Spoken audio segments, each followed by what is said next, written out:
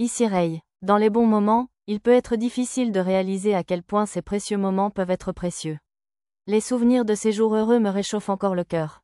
Quand j'étais jeune, je pensais que l'Alaki était l'endroit le plus heureux du monde. J'étais comblée d'amour par mon père bienveillant, ma mère admirable et ma tante douce, qui lui ressemblaient comme deux gouttes d'eau, et tous mes besoins étaient comblés par les serviteurs homoncules et les machines magiques. À cette époque, je ne manquais de rien. La ville paraissait si paisible depuis la tour de la reine, et le jour du défilé annuel, tout le monde souriait du matin au soir. L'art et la musique emplissaient constamment mes journées de toutes les couleurs dont je pouvais rêver. Difficile de dire quand une ombre commença à planer sur ces temps paisibles. Ce royaume est corrompu. Vos festins extravagants et vos vêtements luxueux sont payés par la misère et l'exploitation des humains qui vivent sur Terre. La personne qui m'a raconté cela était un garçon aux cheveux violets que j'ai trouvé évanoui dans le parc naturel de l'Alaki. Il portait un uniforme de vol en lambeaux sur sa silhouette maigre comme un bâton, mais un feu intense brûlait encore dans ses yeux. Le garçon était grièvement blessé, mais je l'ai abrité et soigné ses blessures, désireux d'en savoir plus sur le monde extérieur à l'Alaki dont il parlait. Kuru, veux-tu détruire l'Alaki? Non, je veux seulement libérer l'humanité de la tyrannie des dieux. La tyrannie? Non, c'est la protection divine.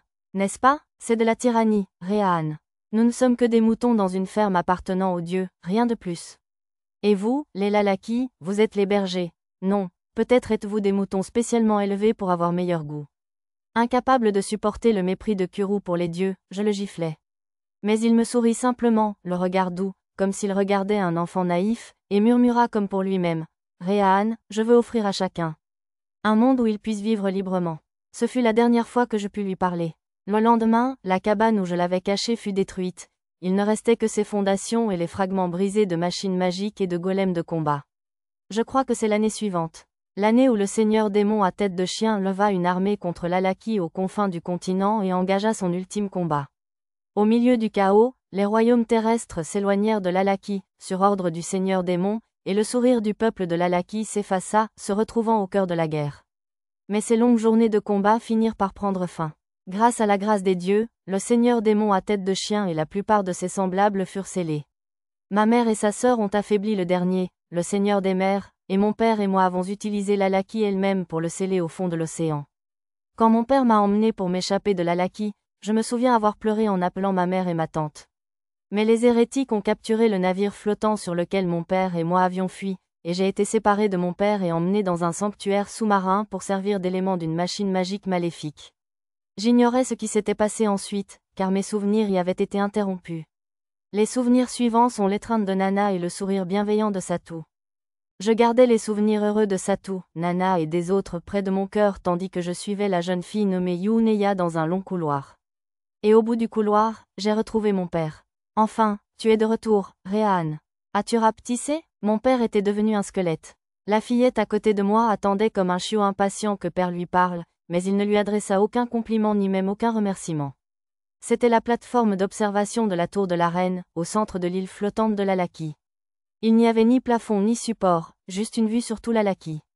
Tu as l'air bien différent toi aussi, père. La dernière fois que j'avais vu père, c'était un homme à moitié fantôme.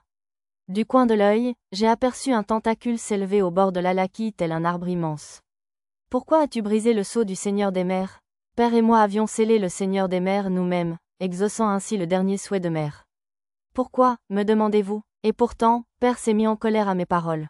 As-tu oublié les paroles de ta mère, mon épouse bien-aimée, la dernière reine de l'Alaki? Renvoyer l'Alaki au ciel, c'était son dernier souhait. Non, tu as tort. Mère n'a pas eu le temps de dire une chose pareille. Lorsqu'elle n'a pas réussi à contrôler le Seigneur des mers, son âme a été brisée. Qu'est-ce que c'est que ces bêtises? Le Seigneur des mers ne pouvait être contrôlé par nos mains fragiles. N'est-ce pas toi qui as oublié? Mère a écrit dans son testament qu'en cas d'échec, elle souhaitait que nous utilisions l'Alaki elle-même pour sceller le Seigneur des mers. Père avait été le premier à lire son testament, pas moi.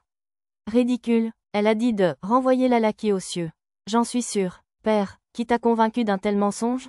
Ce devait être le même individu qui avait transformé père en un horrible monstre mort-vivant. Un seigneur démon, probablement, ou un démon des enfers. Du coin de l'œil, j'ai vu Yuneya bouche bée, incrédule. Pépère, qui était la personne qui est venue te voir auparavant vêtue d'une cape jaune? Celle qui disait, en effet, après chaque phrase.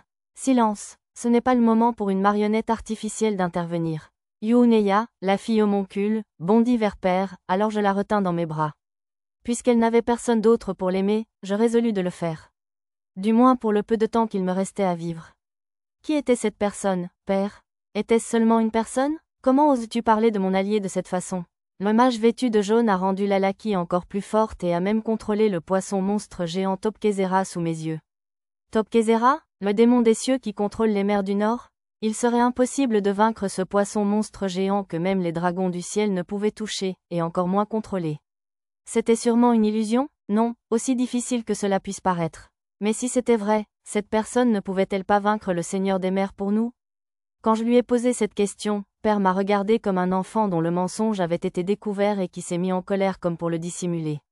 Ce serait me faire une dette envers mon allié. Les alliés doivent toujours être sur un pied d'égalité. Père a repoussé sa cape d'un air impérieux. Immédiatement après, un grondement assourdissant et une terrible secousse ont secoué la plateforme. Ah H, s'est écriée la fillette surprise, et je l'ai serrée contre moi. Ma sœur, regarde, le dôme lumineux de protection de la lumière céleste au-dessus de nous était frappé par 8 tentacules énormes. Un œil gigantesque a émergé au bord de l'île flottante. Un œil composé, comme celui d'un insecte. Le Seigneur des mers. L'œil était empli d'une haine indéniable. Sa rage et son ressentiment ont dû tourbillonner et se multiplier tandis qu'il était piégé au fond de la mer pendant presque une éternité.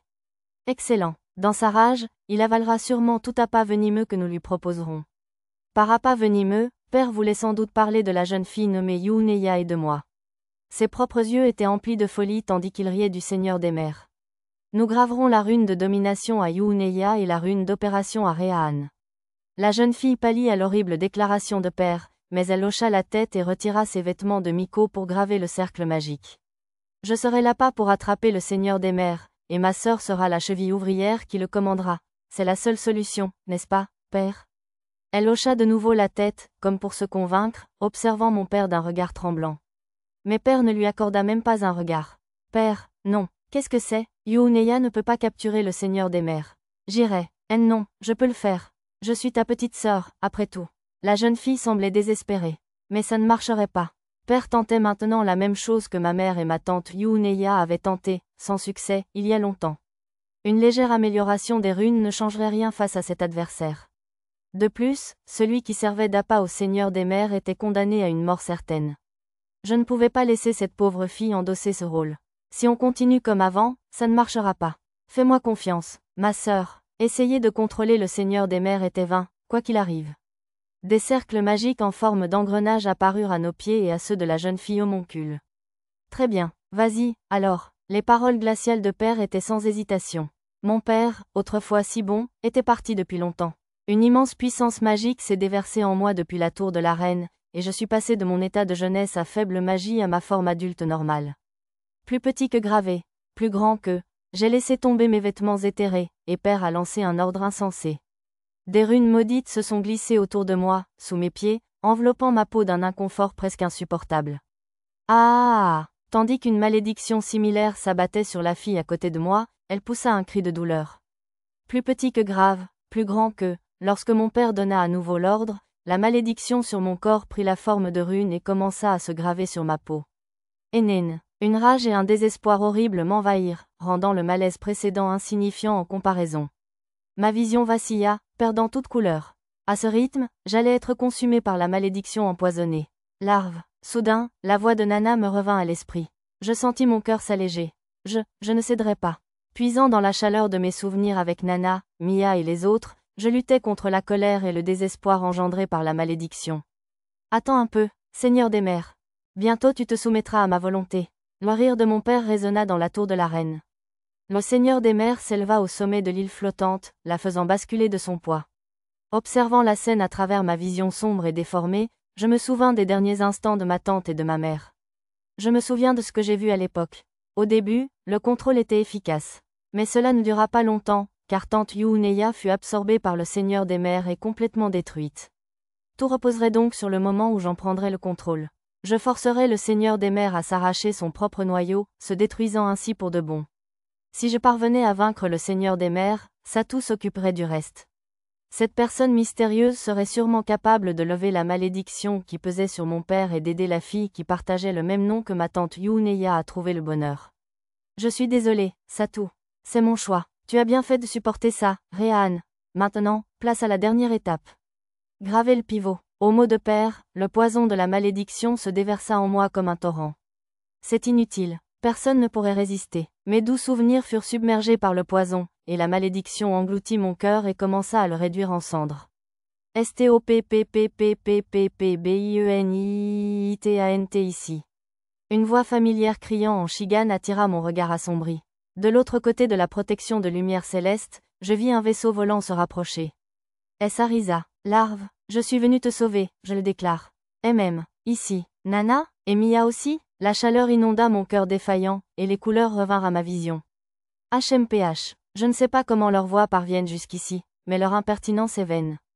Leur voix résonnait à travers la parure de cheveux que Satou m'avait donnée. Le dôme lumineux de la protection de la lumière céleste heurta la barrière défensive du vaisseau volant, projetant des étincelles bleues et blanches.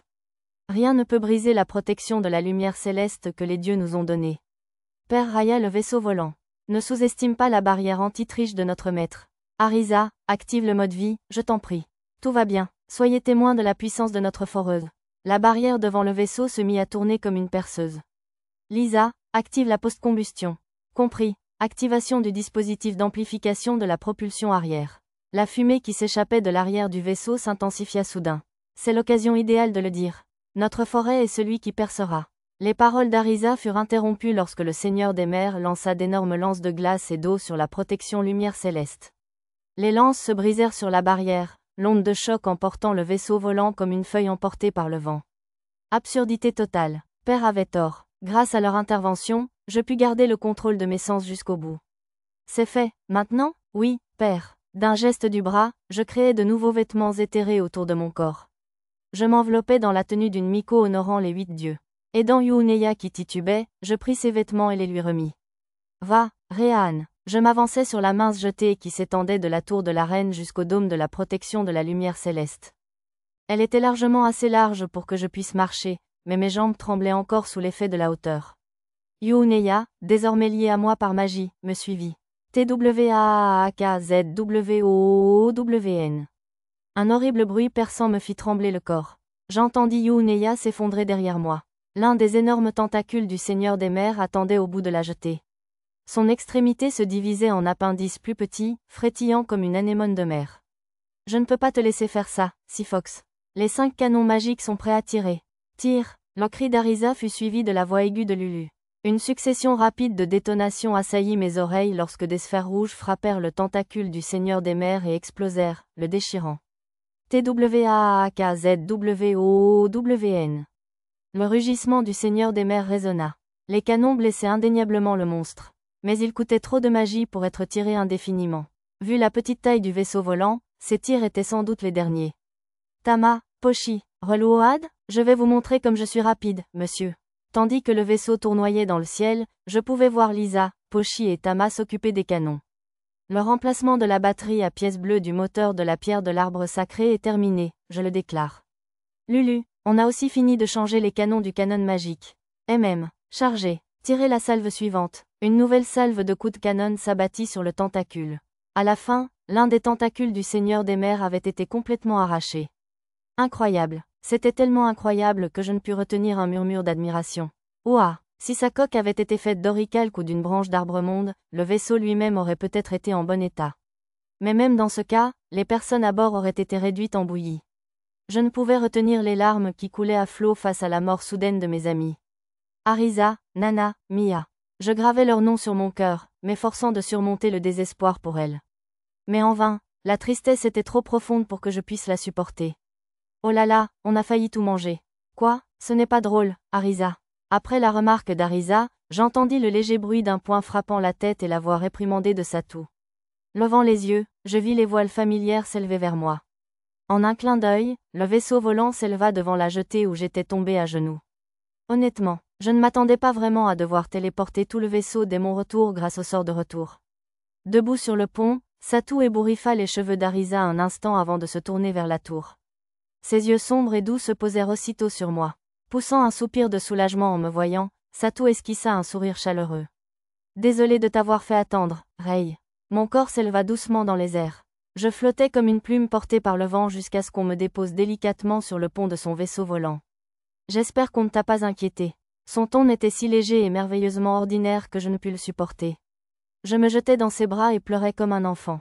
Mais il n'y avait aucune tristesse dans ses larmes. Elles emplirent mon cœur de chaleur, comme la pluie en plein soleil.